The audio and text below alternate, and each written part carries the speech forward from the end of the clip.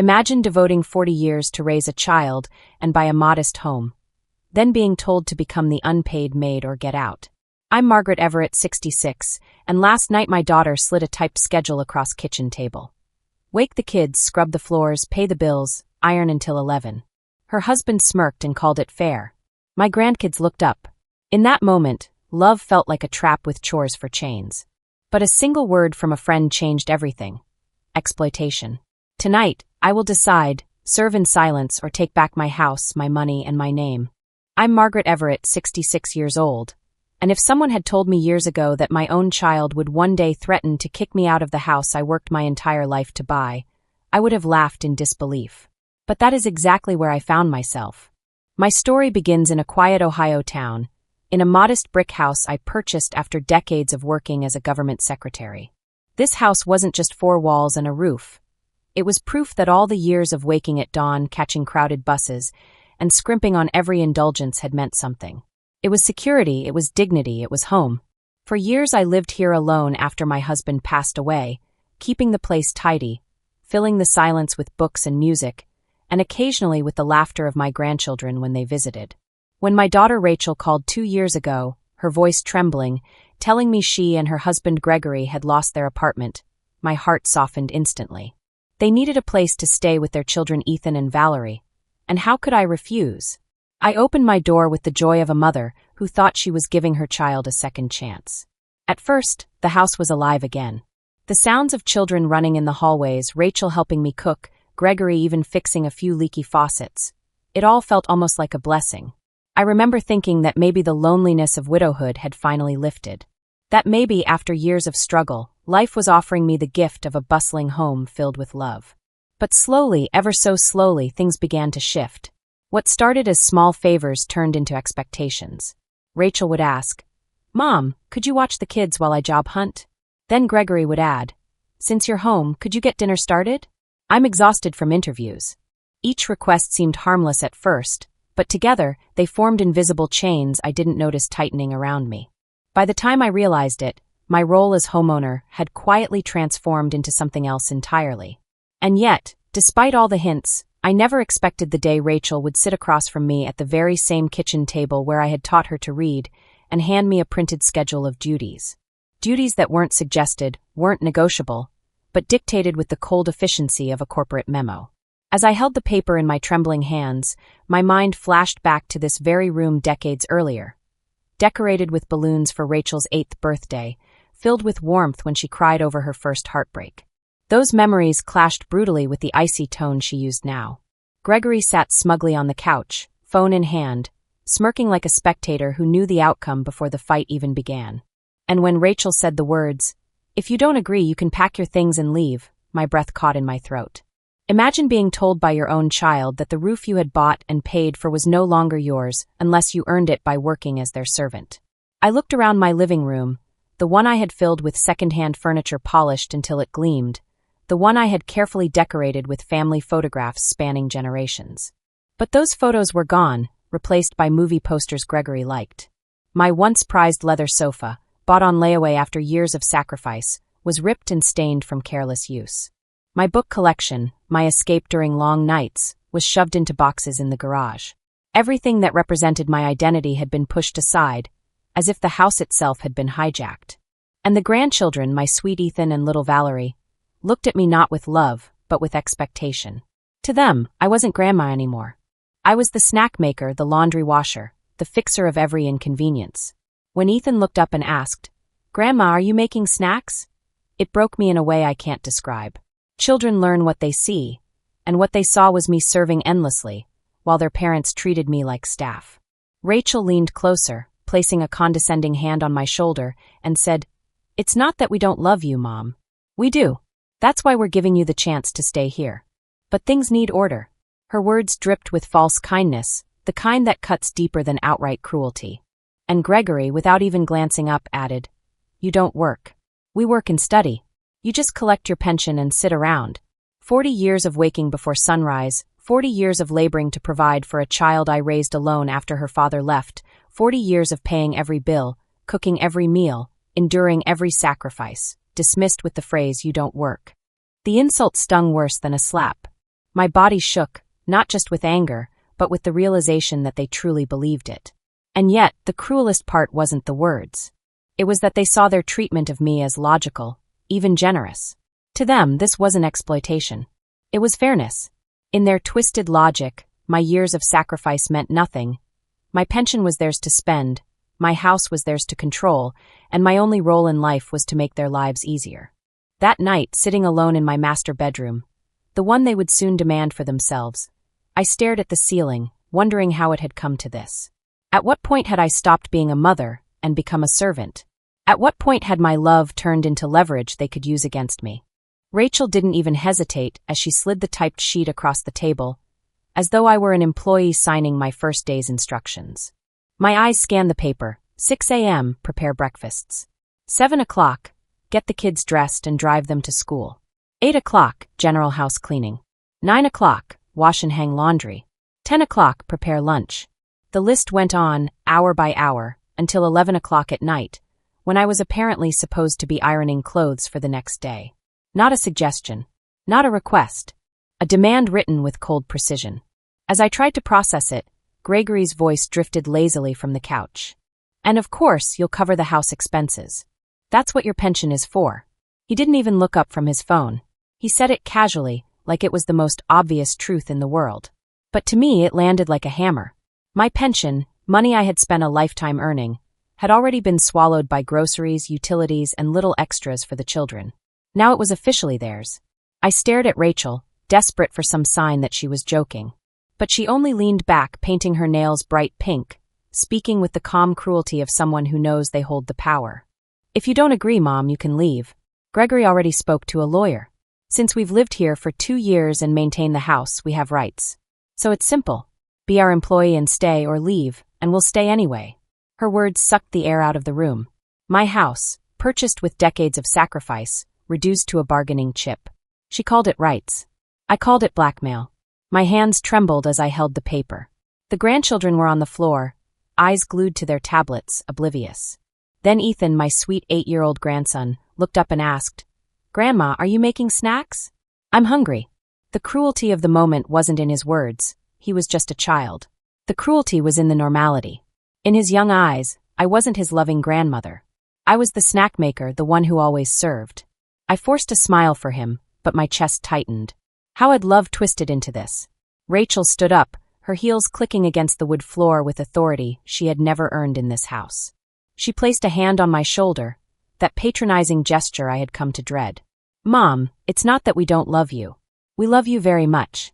That's why we're giving you the opportunity to stay. But things need structure, and someone has to keep this home running." I finally found my voice, though it came out weak and broken. "And why must that someone be me?" Gregory chuckled, scrolling his phone. "Because we work. We study. We have responsibilities. You just collect your pension and do nothing." The words burned like acid. Do nothing? 40 years of waking at dawn, 40 years of riding buses, 40 years of working and saving every penny, 40 years of raising Rachel alone after her father abandoned us, dismissed as nothing. I wanted to scream. Instead, I whispered, "Don't do anything productive?" My voice cracked, thick with disbelief. Rachel smirked, the same condescending smile she'd worn since adolescence whenever she wanted to twist the knife. "That's just life, Mom. Anyone living in a house contributes. The difference is now it's going to be organized, with a schedule. Everything will run smoother."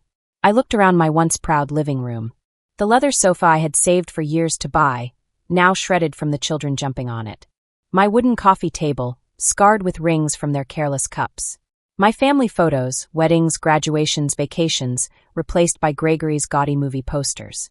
My books, my treasures, stuffed in boxes in the garage to make room for gaming consoles I'd never touched.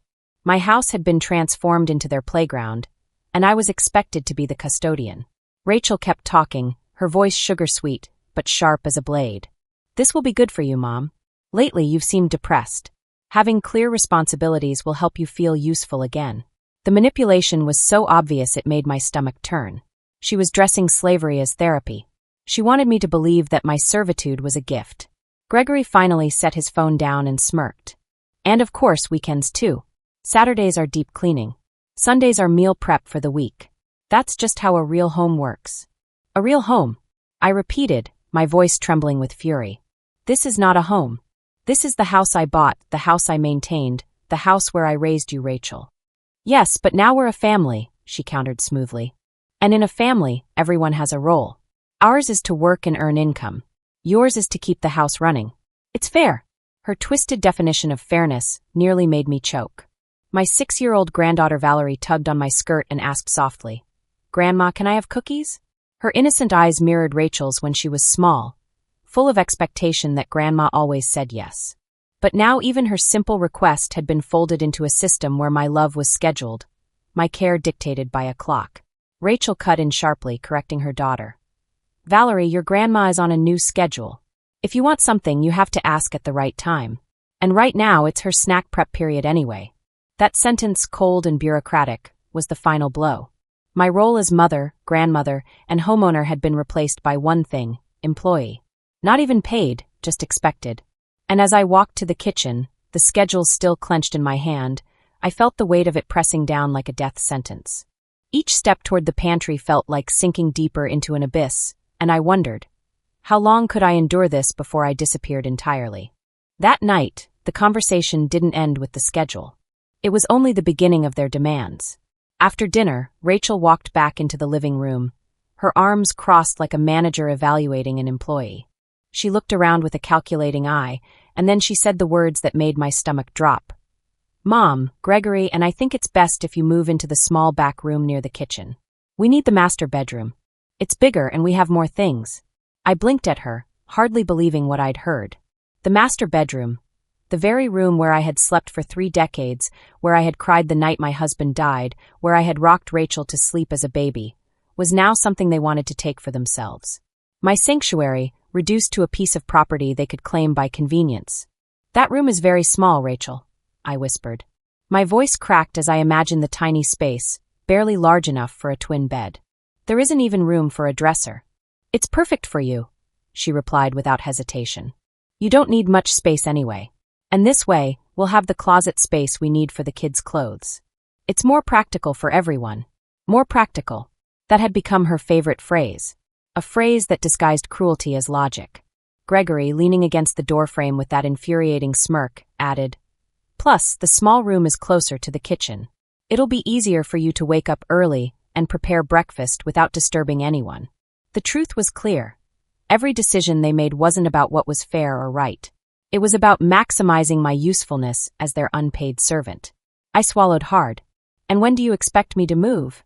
"This weekend would be perfect," Rachel said cheerfully, as if we were discussing a vacation instead of stripping me of my dignity. "Gregory will help with the heavy things." "Well, the few things you'll need to take. Most of the furniture in the master bedroom we're going to use ourselves." Her words cut deeper than any insult. The solid wood dresser that had been my first big purchase when I got my government job, the vanity where I had prepared for my wedding, the marital bed where Rachel had been conceived. All of it would be theirs now. All of it absorbed into their world, as though my past didn't matter. Just then, Ethan came running in with his tablet, his face full of urgency. "Grandma, my battery died. Where's the charger?" "In my room, honey," I answered automatically. But Rachel stopped him, her voice sharp. "Ethan, you can't go into Grandma's room without permission. She'll bring you the charger when she's done preparing snacks." The humiliation was unbearable. My own grandson could no longer step into my room freely, while his parents dictated every detail of what I could keep, where I could sleep, and how I should serve. Rachel wasn't finished. "Oh, and Mom, Sundays are family day. Gregory and I need quality time with the kids, so it would be better if you planned to go out on those days. Visit friends, go to church, take a walk, anything. We just need the space to be a family." I stared at her in disbelief. Sundays had always been my day with the grandchildren, baking cookies, watching movies, laughing together on the couch. Now, even those precious moments were being stripped away. "And where exactly am I supposed to go every Sunday?" I asked, my eyes burning. "I don't know, Mom. You'll figure it out," Rachel said, waving dismissively. "You surely have friends. Just find your own activities. At your age, it's important not to depend on us for entertainment." The arrogance in her voice made my heart ache. I was being cast aside, not as a mother, not even as a grandmother, but as an inconvenience to be managed. That night, as I lay awake in the master bedroom that would soon be stolen from me, I couldn't stop replaying every step that had led here. 2 years earlier, When they'd arrived at my door with tears in their eyes, they'd called me their salvation. They promised it would only be for a few months. I had welcomed them with open arms, grateful for the laughter and life filling the house again. Back then, Rachel helped me cook, Gregory fixed little things, and the children filled my days with hugs and giggles. But slowly, favors turned into obligations. My money paid for groceries. My time cared for the kids. My sacrifices went unnoticed. And now, here I was being pushed into a tiny room and told to leave my own house on Sundays. The realization struck me like a cold wave. I was no longer their mother. I was their servant. And the home I had built with decades of sacrifice was no longer mine. As tears slid silently down my cheeks, I wondered, how much more would they take before there was nothing left of me at all? The next morning, as sunlight streamed weakly through the curtains, I found myself staring at the ceiling of my master bedroom, already mourning the loss of it. In a matter of days, this space would no longer belong to me. It would be claimed by my daughter and her husband, as though my memories, my tears, and my sacrifices were disposable. But the greatest wound wasn't the loss of a room, it was the loss of respect. I remembered the night 2 years ago when Rachel and Gregory first arrived at my doorstep. They looked desperate, carrying nothing but suitcases and the weight of their failure. Gregory had just lost his job, their apartment was gone, and the children clung to them, scared and confused. Rachel's eyes filled with tears as she hugged me tightly. "Mom, you're our salvation," she whispered. "We don't know what we'd do without you." At that moment, my heart swelled with maternal instinct. I told them not to worry, that they could stay here as long as they needed. I truly believed it would be a short-term arrangement, just a few months until they got back on their feet. The house had felt so empty since my husband passed. I thought maybe, just maybe, this would be a blessing in disguise. For a while it was. The children's laughter filled the halls again. Rachel helped me prepare dinner, Gregory fixed small things around the house, and for the first time in years, I felt surrounded by family. The loneliness I had carried since my husband's death lifted, replaced by the joy of hearing little feet running down the hallway and the chatter of voices at the dinner table. But then slowly things changed. First, it was Rachel asking me to watch the children while she applied for jobs. Then it became every day because she said, "Mom, they're more comfortable with you." Gregory, meanwhile, would ask me to handle dinner because he was too tired from his job hunt. Soon, I was paying for groceries because, after all, you eat here too, Mom. Each request seemed small, manageable. But like drops of water carving stone, they wore me down until my role shifted without me realizing it. I went from helping occasionally, to doing everything, to paying for everything. The love that had once brought us together became the very chain that bound me. And then came the schedule. That piece of paper turned my invisible servitude into something official. It was no longer favors or temporary sacrifices. It was a contract drafted by my own daughter, with Gregory smirking behind her like a man who knew he'd won. That Friday, as I prepared breakfast, Rachel came down the stairs wearing a bright red dress I didn't recognize. She looked glamorous, her hair freshly styled, her makeup flawless. For a moment, I was struck by the contrast, me in my faded nightgown, standing over a frying pan, and her dressed as though she belonged at a gala. "Mom, I need you to watch the kids all weekend," she said casually, pouring coffee into my favorite mug, the one my late husband had given me for our 5th anniversary. "Gregory and I are going on a couples retreat downtown. We need to reconnect." I froze. "A retreat? With what money?" I asked, unable to mask my shock. She laughed, a sharp, artificial sound. "Gregory got a bonus at work. We deserve a break after everything we've been through." "A bonus? From what?" He barely worked 3 hours a day from the couch, calling it remote meetings. Yet somehow, there was money for luxury hotels, but never enough to cover groceries or utilities. I looked at her, my chest tight. "And the children? They'll be fine with you, Mom," she said, brushing me off. "You're their grandma. Besides, according to your schedule, weekends are for childcare and housework anyway." She smiled as though she had thought of everything. In that moment, something cracked inside me. They weren't even hiding it anymore. To them, I wasn't family. I was staff. And the cruelest part was that they believed I should be grateful for it. I managed to whisper, "Rachel, this can't go on." She glanced at me, her expression a mix of confusion and irritation. "What can't go on?" "Mom, you're overreacting. You've been very negative lately. Honestly, maybe you should see a doctor. At your age, it's normal for hormones to affect your mood." "Hormones?" She dismissed my pain, my anger, my despair as a medical issue. My resistance to being enslaved in my own home became, in her mind, a symptom of old age. I shook my head. I'm not sick. I'm tired of being treated like an employee in my own house. Her eyes narrowed, her voice dripping with false concern. Employee? How can you say that, Mom? We're family. And in a family, everyone has responsibilities. Ours is to work and make money. Yours is to keep the house running. That's just how it is. Her words pierced me, but they also ignited something deeper. For the first time, I heard them for what they truly were: excuses for exploitation. Love had been weaponized into obligation. Family had been twisted into servitude. And as Rachel walked out the door, humming happily about her weekend getaway, I stood frozen in the kitchen. In my hands, I held the frying pan. But in my chest, I held something else: the beginning of defiance. By Saturday morning, the house felt like a cage. Rachel and Gregory had left for their so-called retreat, leaving me with a list of instructions that rivaled military orders. Mealtimes, bedtimes, educational activities, limits on screen time. It was all laid out as though I were a paid nanny. Except I wasn't paid. I was expected to fund the groceries myself and still keep the house spotless. Ethan spilled orange juice on the rug after breakfast. He looked up at me nervously, afraid of his mother's rules. Grandma, Mom says stains ruin things forever if you don't clean right away. His voice was so serious, like he'd been trained to monitor me. I rushed to clean it, but realized there weren't enough supplies.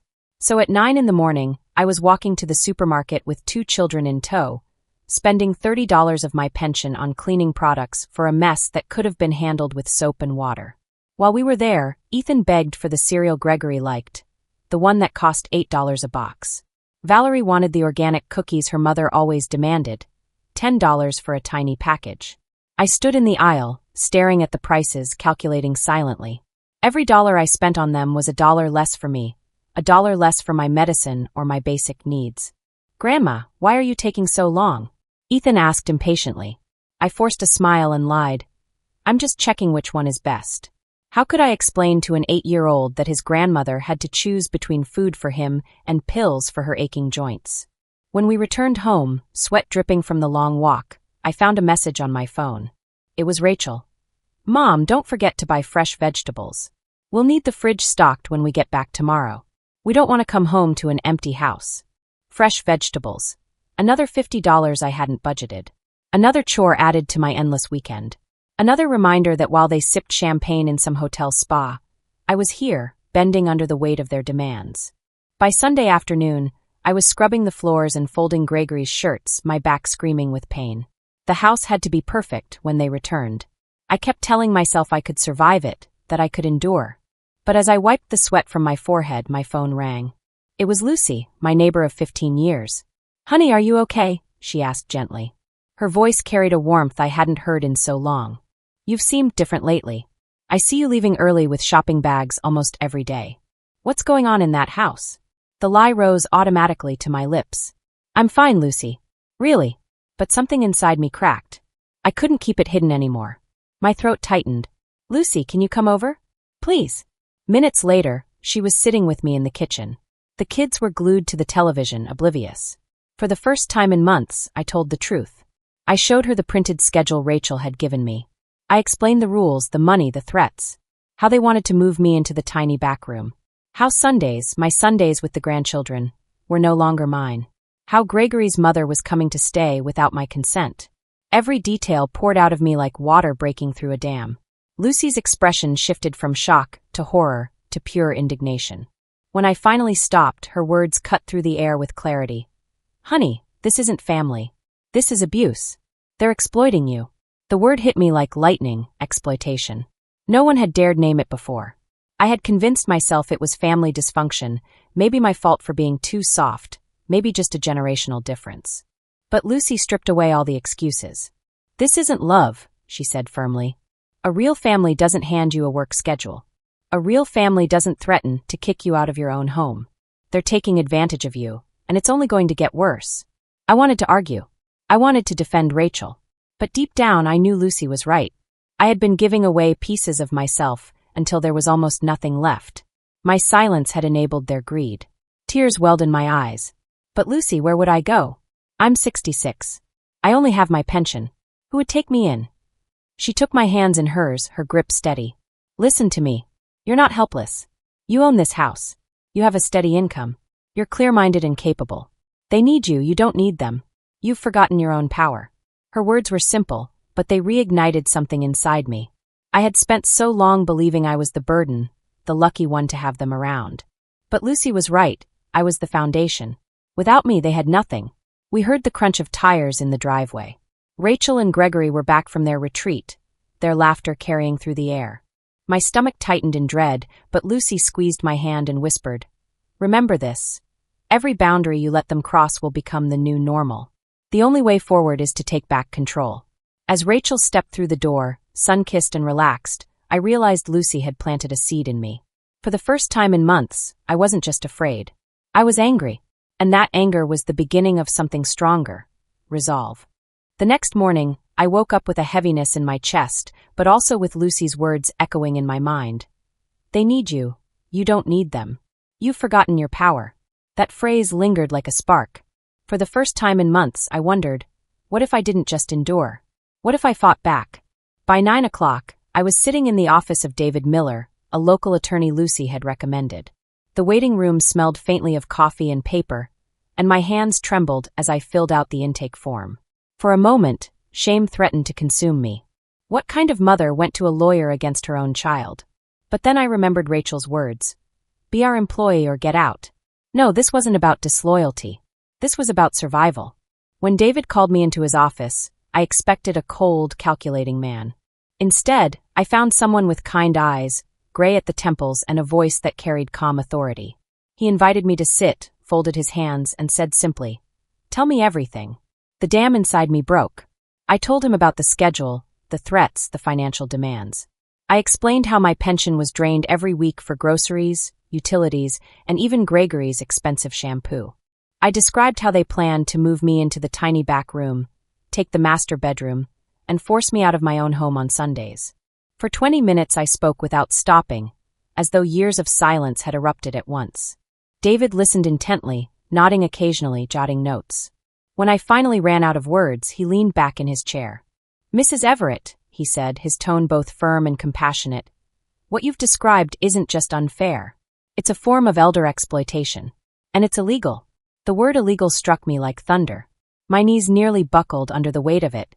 "But Gregory said they have rights." He spoke to a lawyer. "Because they've lived here for 2 years. David shook his head. "Tenancy laws are complex, but let me be clear. No one has the right to impose unpaid labor on a homeowner. No one has the right to commandeer your pension or force you into servitude. Occupants may sometimes claim tenancy rights, but those don't extend to exploitation. What your daughter and son-in-law are doing isn't just morally wrong, it can be prosecuted." Relief and terror tangled in my chest. Relief, because finally someone validated my pain. Terror, because this meant my own family was committing a crime. What can I do? My voice cracked. I don't want a war. I just want my house back. My dignity. David leaned forward, sliding a legal pad across the desk. "Here's the first step. You can issue formal notices.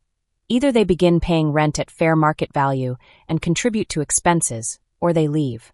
You also have every right to demand that unauthorized guests vacate immediately. If they refuse, we escalate to court. And trust me, the law will be on your side." His certainty steadied me like an anchor in a storm. Still, my doubts lingered. But Rachel is my daughter. How can I take legal action against her? David's gaze softened. "Mrs. Everett, setting boundaries is not cruelty. It's protection. Right now, you're being financially drained, emotionally abused, and stripped of your rights. If Rachel were a stranger doing this, you'd have acted months ago. Love doesn't excuse exploitation." Tears welled in my eyes. For months, I had told myself I was overreacting, that I should be more patient, more grateful. But now, hearing the truth spoken plainly, something shifted. For the first time, I realized it wasn't me who was failing as a mother. It was Rachel who was failing as a daughter. "How much will this cost?" I asked, afraid the answer would shatter my fragile hope. "For elder abuse cases, we work with reduced rates," David replied. $100 for today's consultation. $200 for drafting the necessary legal notices. If the case escalates, we can set up a payment plan. But often, just the formal letter is enough to change behavior quickly. $300. Less than what Rachel and Gregory spent on a single hotel weekend. Money that could buy me something priceless: freedom. I took a deep breath. My hands no longer trembled. Do it, I said firmly. Draft the letters today. David nodded with quiet approval. That's a wise decision, Mrs. Everett. By this afternoon, you'll have documents in hand. You can deliver them yourself, or I can serve them formally. It's up to you. I'll deliver them myself, I said, surprising even me. It's time they heard my voice, not just a lawyer's. As I left his office, the morning sun felt brighter, the air lighter. For months, I had walked with my shoulders bowed under invisible chains. But now, for the first time, I straightened my back. I wasn't just a mother, or a pensioner, or a servant. I was a homeowner. I was a woman with rights. On the bus ride back, I pulled out my phone and called Lucy. I did it, I whispered, barely containing my trembling. I spoke to a lawyer.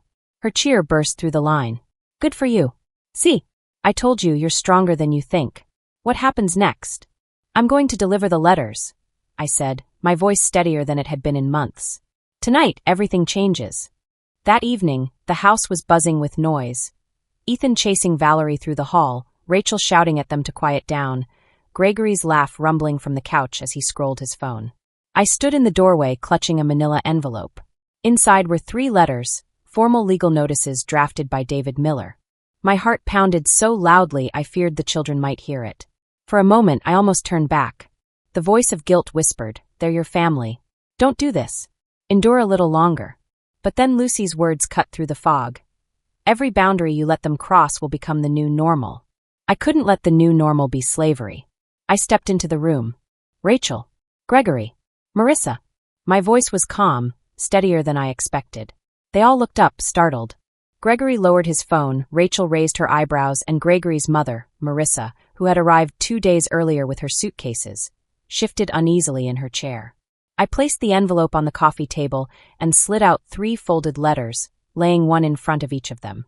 "Read these," I said firmly. Rachel gave a little laugh. "Mom, what is this? Another chore list you're making for yourself?" "No," I replied. "These are legal notices. From my attorney." Her laughter stopped. The room went still. Gregory leaned forward, snatching his copy, his eyes narrowing as he read. Rachel hesitated before opening hers, her painted nails trembling just slightly. Marissa looked confused, but unfolded hers anyway. The silence was broken by Gregory's bark of disbelief. "You've got to be kidding me. Rent? Utilities? Eviction? Who do you think you are?" "I think I'm the owner of this house," I said, my voice stronger now. "And I think I've been exploited for too long. Either you begin paying fair rent and expenses, or you vacate within 30 days. Marissa, as an unauthorized guest, you have 48 hours to leave." Rachel's eyes filled with tears, but her voice carried the same manipulative sweetness she'd used for months. "Mom, how could you? We're family. You're really going to throw your own daughter into the street?" I met her gaze without flinching. "You already threw me out when you pushed me into the back room and told me to earn my place in my own home. You made your choice long before I made mine." Gregory slammed his fist on the table, the letters shaking under the impact. "You think you can scare us with some cheap lawyer? We've lived here for 2 years. We have tenant rights. We can take you to court and you'll lose." "Go ahead," I answered coldly. "Take me to court. But I've already consulted an attorney. What you're doing, forcing an elder into unpaid labor, draining her pension, threatening her housing, it's exploitation. And it's illegal. You'll lose, Gregory. You'll lose everything." Marissa's face turned pale. She set her letter down with trembling hands. "Rachel, is this true? You've been making your mother do all the work? Taking her money?" Rachel snapped, her composure cracking. "Don't start, Mom. You don't know the whole story." But Marissa's eyes shifted between me and her daughter-in-law, shame clouding her expression. For the first time, someone else in the family was forced to see the truth. Rachel tried again, this time playing the victim. "Mom, please. I was just trying to create order. You always seemed so lost after Dad died. I thought giving you responsibilities would make you feel useful." My voice trembled, not with fear, but with long-suppressed fury. "Useful? 40 years of raising you alone wasn't useful enough? Paying for this house, for your schooling, for every meal you ever ate under this roof. That wasn't useful enough? You wanted a maid, Rachel. Not a mother. And I won't be your maid another day." The tears finally spilled down her cheeks, but I didn't soften. "Not this time." Gregory muttered under his breath, cursing, but he couldn't look me in the eye. Even the children sensed the tension, peeking nervously from the hallway. I turned to them, softening my tone. "Ethan, Valerie, Grandma loves you more than anything. That will never change. But love doesn't mean letting people treat me badly. Do you understand? They nodded hesitantly, their little faces solemn. And in their eyes I saw something new, maybe confusion, maybe fear, but also the first glimmer of respect. Rachel reached for me, her voice breaking. Please, Mom. Don't do this. Don't make us leave. I stepped back, shaking my head. I didn't make this choice. You did, when you decided I was only valuable as long as I scrubbed floors and paid your bills. You had a chance to live here as family. That chance is over. The room was heavy with silence. The letters lay between us like loaded weapons, but for once the power wasn't theirs.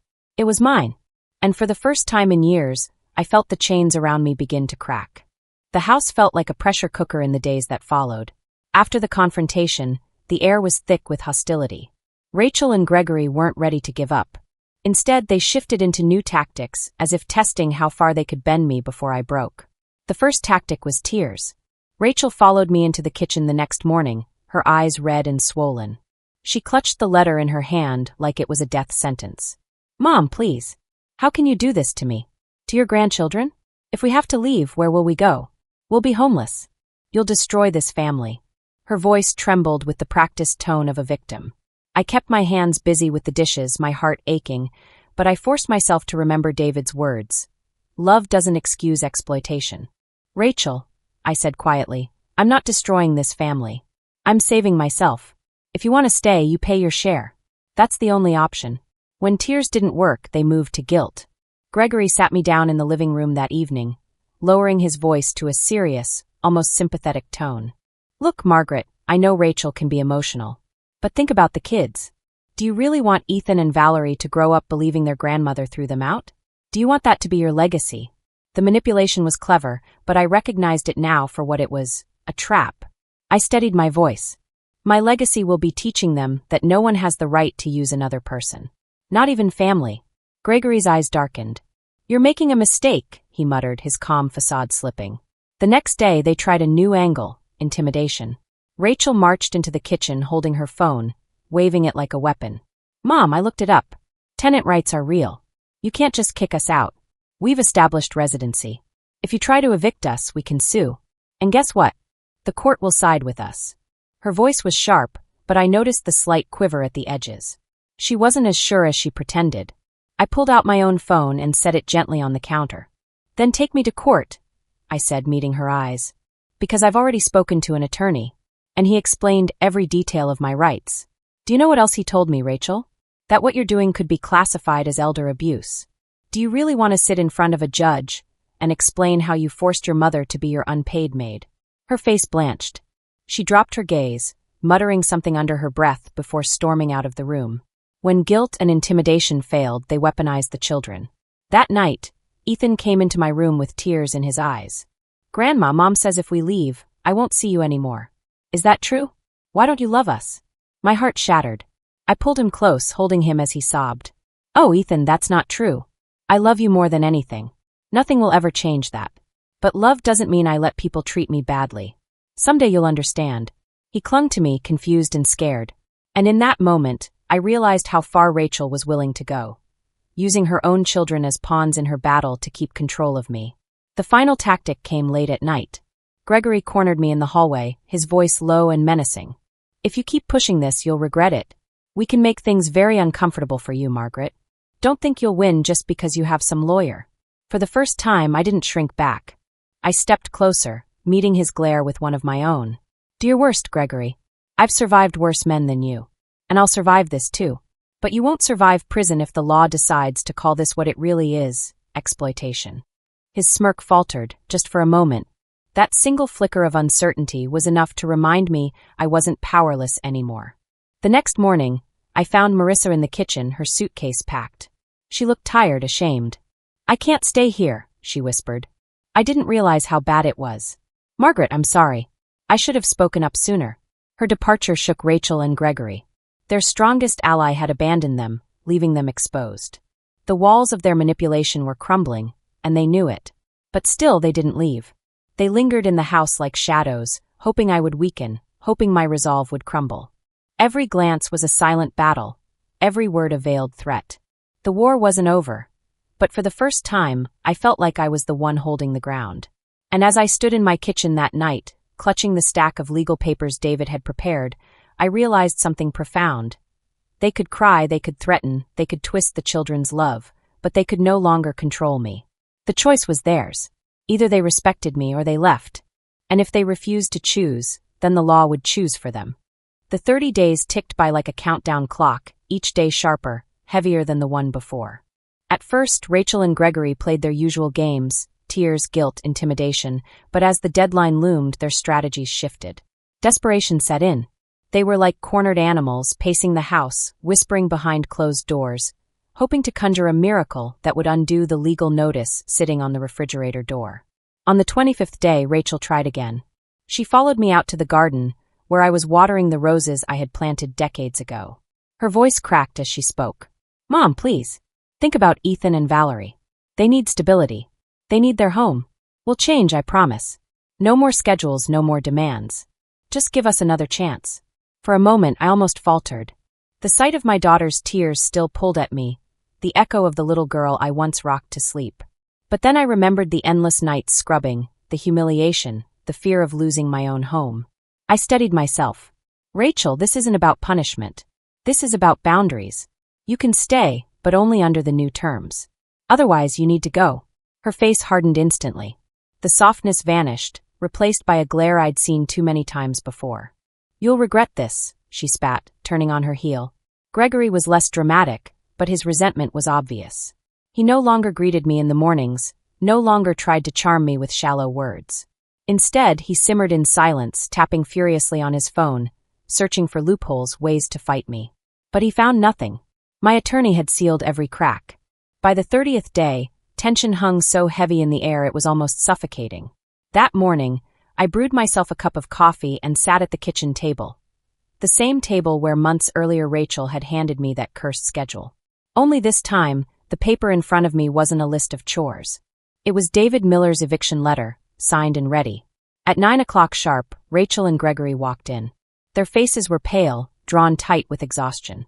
The children trailed behind, confused, carrying their backpacks stuffed with clothes and toys. Rachel slammed her purse on the counter. "You're really going through with this?" she demanded, her voice trembling with rage. "Yes," I said simply. My voice didn't shake. My hands didn't tremble. For the first time in years, I felt steady. Gregory sneered. "Fine. We'll leave. But don't expect us to come back. Don't expect your grandkids to forgive you." I stood, walking toward the children. I knelt down and placed my hands gently on their shoulders. "Ethan, Valerie, listen to me. I love you both more than anything. Nothing will ever change that. You'll always be welcome here, always. This is your grandma's house, and it will always be a safe place for you." Valerie's eyes welled with tears. "But why can't we stay, Grandma?" I swallowed the lump in my throat. Because sometimes even people you love make choices that aren't fair.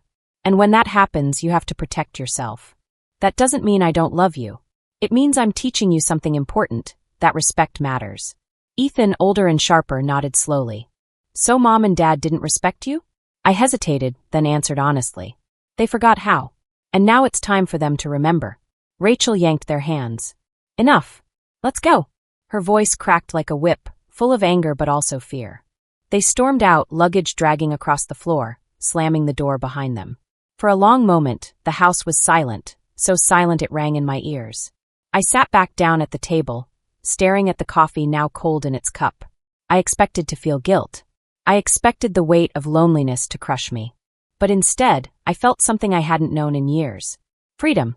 I walked through the house slowly, room by room, taking in the silence. The living room was mine again. The master bedroom mine. The kitchen, the pantry, the worn rug in the hallway, all mine. My photographs, long hidden away in boxes, would return to the walls. My books, banished to the garage, would fill the shelves again. Piece by piece, I was reclaiming my life. That night, I called Lucy. "They're gone," I whispered into the phone. On the other end, she exhaled a long breath. "Good. Now it's your turn to live, Margaret. Not just survive. Live." And for the first time in so long, I believed I could. 3 months later, my mornings looked nothing like the nightmare I once endured. No one barked orders. No one left me lists taped to the refrigerator. I woke at my own pace, brewed coffee just the way I liked, and sat by the window where sunlight spilled across the dining room table. For the first time in years, the quiet wasn't suffocating, it was beautiful. It was mine. The house was different now. The photographs of my youth and of Rachel as a smiling little girl were back on the walls, replacing Gregory's movie posters. My books once again filled the shelves. The air no longer smelled of tension, but of lavender from the candles I'd bought for myself, small luxuries that felt like treasures. I had painted my bedroom a soft blue, a color that reminded me of calm seas, and bought myself new sheets with crisp white trim. They weren't expensive, but every thread spoke of freedom. The money I once drained into groceries for 5 people now stretched far enough to cover both necessities and joy. I bought fresh flowers every Saturday at the farmer's market with Lucy. $15 for tulips or lilies seemed like the greatest gift in the world, a symbol that my pension finally served me, not others. Lucy and I took painting classes together, and though my brushstrokes were clumsy, each canvas felt like reclaiming a part of myself. I even signed up for salsa lessons at the community center. At 66, I was laughing again, twirling with new friends, rediscovering pieces of a woman I thought had disappeared. Rachel and Gregory had moved into a cramped apartment across town. I later heard they paid $800 a month in rent, the very same amount they had once sworn was impossible to pay me. Their visits were rare, filled with stiff politeness rather than the cruelty that had once ruled my home. The children, though, still came every other Saturday. With them, things were different now. When they arrived, we baked cookies, planted flowers, or read books together on the porch swing. No schedules, no pressure. Just love. One afternoon, Valerie tugged my sleeve and asked, "Grandma, are you happier now?" I smiled, kissing her forehead. "Yes, sweetheart. I am. And do you know why? Because I remembered something very important. People who love each other don't use each other. They respect each other." Ethan nodded thoughtfully. "That's what I want to remember when I grow up." Their words healed me in ways I hadn't expected. It showed me that even through all the turmoil, there was still hope for what came next. The biggest surprise came when David Miller, my attorney, called. "Mrs. Everett," he said warmly, "their claims to your property are officially withdrawn. It's over." Tears welled in my eyes. "Thank you," I whispered. But it wasn't just gratitude for his legal work. It was gratitude for the chance to reclaim myself, to step into the final chapter of my life with dignity intact. That night, I stood in front of the mirror, studying the woman looking back. Her shoulders no longer sagged. Her eyes, once dull with exhaustion, sparkled with energy. She wasn't just surviving, she was living again. And with that reflection came the lesson that had cost me so much to learn. It is never too late to reclaim your self-respect. Family may fail you, but self-respect must never be surrendered. True love never demands you sacrifice your dignity, and true family never asks you to become less so they can be more. So now I ask you, what would you do if you were in my shoes? Would you have stayed silent or stood up and fought back? I want to hear your thoughts. Leave me a comment below. If you found my story meaningful, hit the like button and subscribe to this channel.